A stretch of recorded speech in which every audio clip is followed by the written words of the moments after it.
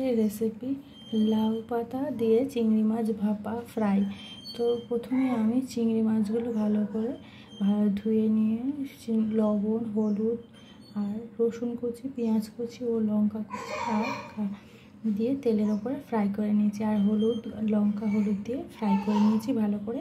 এখানে কচি কচি লাউ পাতা রেখেছি, ভালো করে ধুয়ে ফ্রেশ কচি ও লাউ পাতা এখানে রেখেছি একটা সুতো। এই দিয়ে আমি দেখাবো এবার কিভাবে আমি ফ্রাই করব। এবং নিয়েছি এখানে সাদা সর্ষে, নিয়েছি এখানে 3টে কাঁচা লঙ্কা, কাঁচা পাকা লঙ্কা। এবার শিলে কেটে ওর মধ্যে পুর দেব।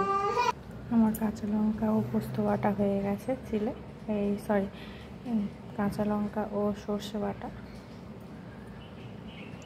এর মধ্যে দিয়ে দেবো সর্ষে বাটাটা, সর্ষে কাঁচা লঙ্কা বাটাটা দিয়ে দেবো। এর মধ্যে একটু সর্ষের তেল অল্প একটু করে দিয়ে এবার মেখে নেব।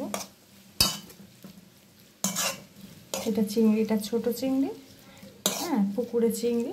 আপনারা চাইলে যে কোনো চিংড়ি দিয়ে করতে পারেন।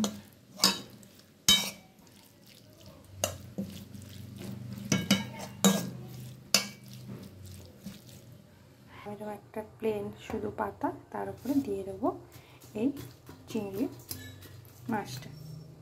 আবার একটা পাতা নিলাম, এর উপরে দিয়ে চাপা দেব, দিয়ে এবার এটা বেঁধে নেব। কড়াই একটা বসিয়ে দিয়েছি গরম করতে। এবার এর মধ্যে তেল দেব, দিয়ে এর মধ্যে সব মাছগুলো এরকম করে আমার লাউ পাতার মধ্যে বাঁধা হয়ে গেছে। এইবারে এইগুলো নিয়ে আমি কড়াইয়ের মধ্যে ফ্রাই করে নেব। এবার এইগুলো আমি দিয়ে দেবো এর মধ্যে।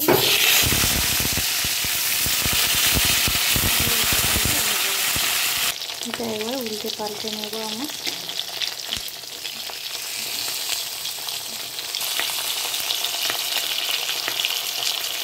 জাস্ট আমি এটা লো ফ্লেমে রেখেছি, লো ফ্লেমে রেখে উল্টে পাল্টে এটা ফ্রাই করতে হবে। এখন গ্যাসটা আমি হাই করে দিলাম। হয়ে গেছে আমার পাতুরিগুলো, এবার তুলে নেব। ফ্রাইগুলো হয়ে গেছে, তুলে নেব একটা পাত্র। তো আমার রেডি ভাপা লাউ পাতা দিয়ে চিংড়ি ফ্রাই। রেসিপিটা ভালো লাগলে লাইক করবেন, শেয়ার করবেন, অবশ্যই সুস্মিতা চ্যানেলে সাবস্ক্রাইব করবেন। খেয়ে দেখুন রেসিপিটা কেমন লাগলো অবশ্যই কমেন্টে জানাবেন। Thank you.